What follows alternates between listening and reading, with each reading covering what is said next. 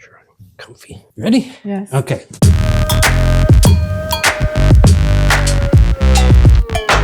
Hi, and welcome to Erin Explains, the show where my friend Erin explains something to me because I'm an out-of-touch middle-aged man, and she's a slightly less out-of-touch middle-aged man. And what are you explaining to me today? I'm explaining by request. I'm explaining RushTok. RushTok. This is Bama Rush. Yeah. Oh, well, it could be more expanded. It originated as such. Okay, I'm already confused. This is Okay. because I saw one of our middle-aged friends who seems to be less out of touch, was all excited and posting Bama Rush and pictures of what look like teenage cheerleaders. Is this connected to Jeffrey Epstein? No, it's not Okay. connected to Jeffrey Epstein. We'll get that right No, out. Okay. No. Is this connected to Alabama, the University of Alabama? Yes, it is. Is that Roll definitely. Tide? Yes, that is Roll Tide. I know Roll Tide. Yes, Okay. if you're familiar with college sports, then you probably are aware of the University of Alabama. I was thinking of videos of a Florida man arrested for... I'm innocent.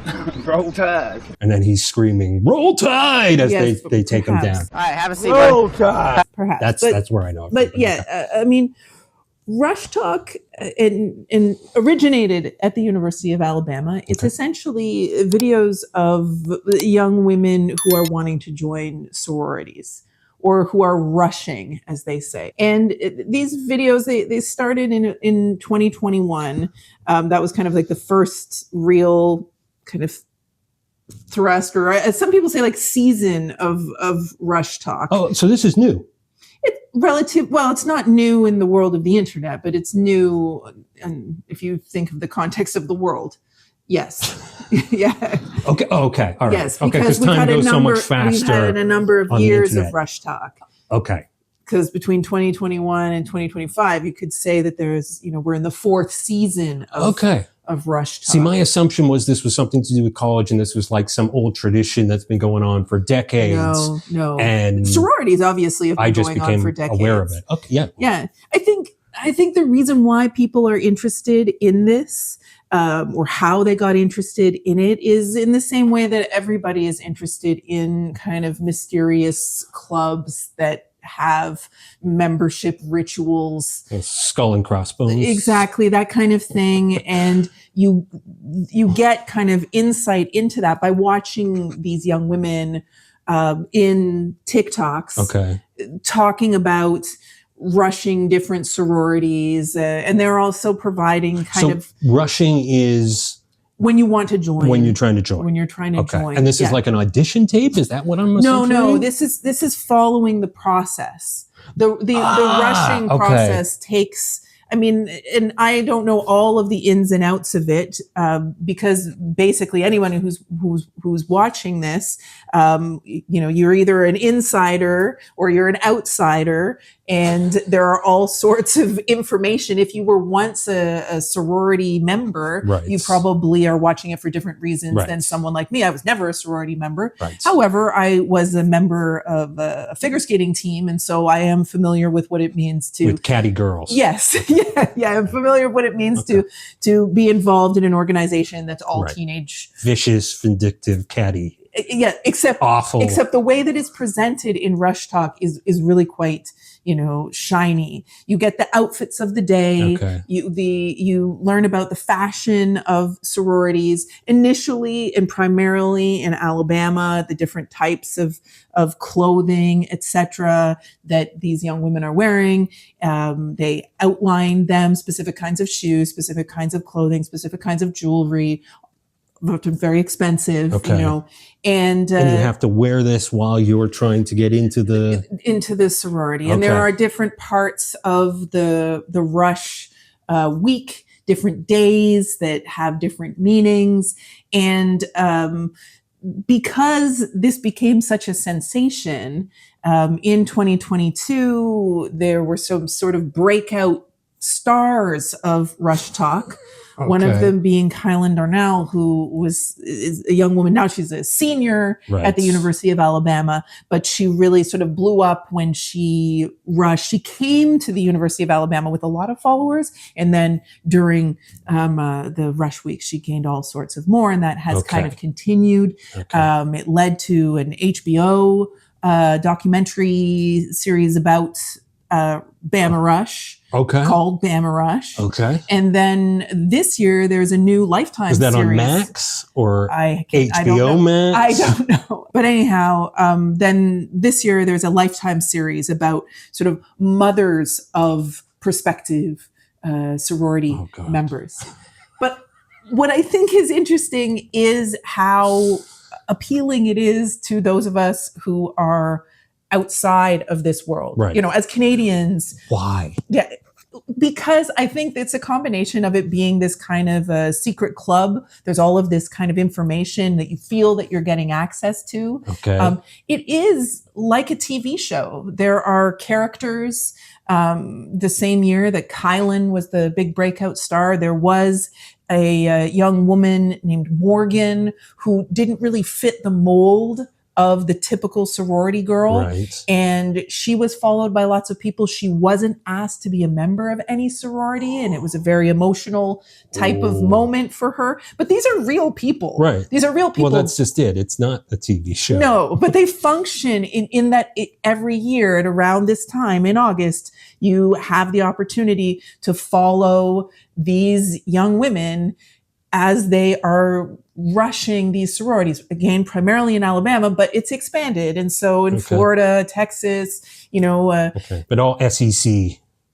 No, there are some other, it does go beyond that primarily though. Okay. And then outside of this, there are people, you have the TV shows that have come about, and then you have people who provide sort of insight on these. You know, myself, because I knew nothing about sororities, I'm someone who... Is this like the draft weeks they do? Yes. So you can get... Exactly. And now I'm understanding. So you have all of this kind of information. This woman, Anne Helen Peterson, she's a culture writer. She has a Substack called Culture Study. She's been writing about this every year, providing insight on how, you know, there's sort of, this is a wider commentary on America, on MAGA America, on conservatism, and sort of looking at it from that perspective. Are they trad wives? I mean, that's one of the arguments. There's sort of like trad wives in training. Right. That this is the school for trad wives is the sorority. Exactly. Okay. Yes. And lots of kind of so this analysis. would be the trad wives draft.